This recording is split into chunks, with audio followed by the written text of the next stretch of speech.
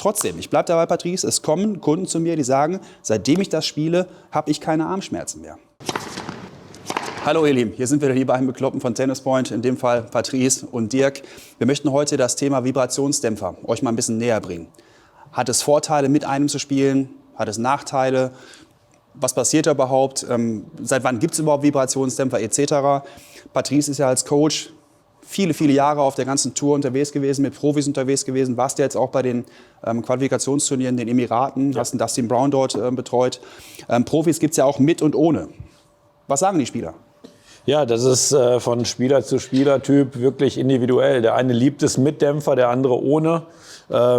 Ich glaube, das ganze Thema kam so ein bisschen auf, als die Whitebody-Schläger rauskamen. Da kam auch so das Vibrationsdämpfer Thema auf den Markt. Weißt du noch, wer der Erste war, der den Dämpfer quasi erfunden hat? Ja, das war 1964, also in dem Jahr, wo du dann Abitur gemacht hast. Das war Henri Lacoste, wirklich 1964. Der hat sich mit dem Thema ganz früh beschäftigt. Damals ja noch mit Holzschlägern, da wurde ja aktiv gespielt. Wenn da der Ball ins Schlägerbett, ins Seitenbett eingetaucht ist, dann hat natürlich auch der Schläger deutlich mehr vibriert. Und die Idee von Lacoste ist gewesen, durch das Einbringen eines derartigen Dämpfers die Vibration halt zu minimieren und den Arm des Spielers halt so ein bisschen mehr zu schützen. Das war damals die Idee, wie gesagt, 1964. Also schon ein paar Jahre her. Wie ist das heute?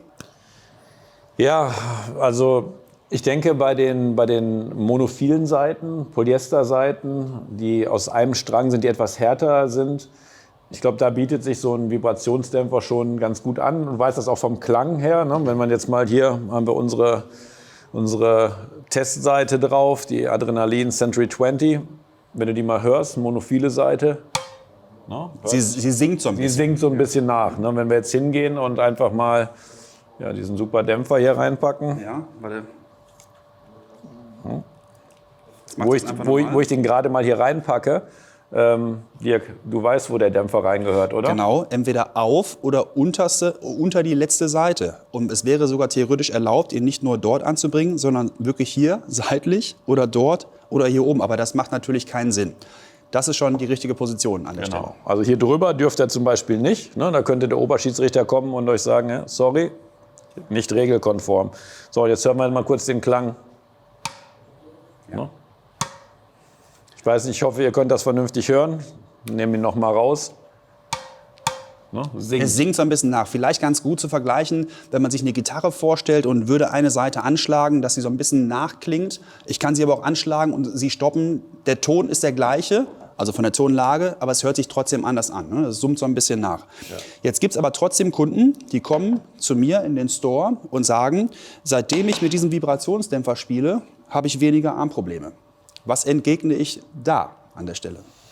Ja, es ist schön, wenn Sie das Empfinden haben, aber von den Tests her und sonstigen ist nicht der Dämpfer dafür verantwortlich, dass eine höhere Armschonung ist. Ja.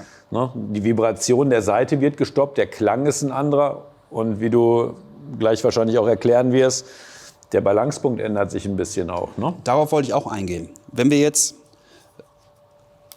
immer von Balancepunkten in unseren Videos sprechen, dann ist das ja meinetwegen eine Zahl 32, 33. Das sind Zentimeterangaben ab dem Griff gemessen, wo der Schläger in der Waage ist.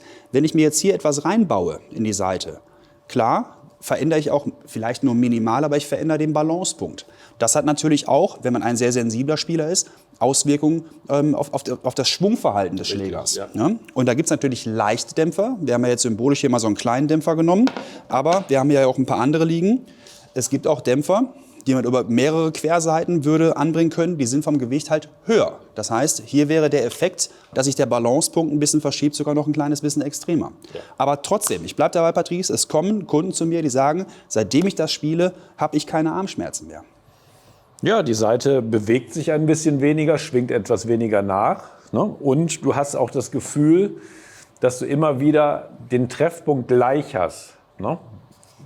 Durch den Dämpfer, ich packe ihn hier noch mal eben rein, ja. Haben wir immer das Gefühl, dass wir den gleichen Klang haben, egal wo wir den Ball treffen. Das hat natürlich den Vorteil, du gewöhnst dich an was, du hast den gleichen Rhythmus, hat den Nachteil etwas, durch den Dämpfer wird der Klang weggedämpft und du bekommst nicht ganz so schnell das Gefühl, wenn deine Seite weich wird. Ich glaube, ihr habt jetzt durch die Blume mitbekommen, worauf wir eigentlich hinaus wollen. Es geht immer darum, wie sich Dinge für einen individuell anfühlen. Hier gibt es kein wirkliches richtig oder falsch an der Stelle, das auf gar keinen Fall. Ich habe jetzt mal symbolisch hier aus dem Hause Barbula, Technifibre, Wilson mal was hier hingelegt. Wie ist das mit der Haltbarkeit von so einem Vibrationsdämpfer? Ja, ähnlich wie mit dem Autoreifen. Ne? Je häufiger du es benutzt, desto mehr wird es abgenutzt. Und irgendwann ist der Dämpfer auch abgenutzt. Ne? Gerade wenn du ihn öfter rein und raus nimmst, hält halt nicht ewig. Also können wir irgendwas zusammenfassend, resümierend zum Thema Vibrationsdämpfer sagen? Sinn, kein Sinn? Du, macht auf jeden Fall Sinn für Leute, die sagen, ich möchte das Klanggefühl etwas dämpfen. Ich möchte, dass die Saite etwas weniger vibriert. Ne? Nachweislich gibt es keine höhere Armschonung durch den Dämpfer. Ne? Aber wie gesagt, wenn ihr Saiten habt, gerade monophile Saiten, dünne Saiten, dann würde ich schon gerne mal einen Dämpfer empfehlen. Wenn ihr multiphile Saiten spielt auf einem etwas kleineren Rahmen, sage ich, muss nicht unbedingt, weil die Saite dämpft natürlich schon mal sehr gut weg. Probiert's aus. Ne? Wir haben die große Auswahl für euch. Wir freuen uns, wenn ihr reinkommt, euch beraten lasst oder online zuschlagt.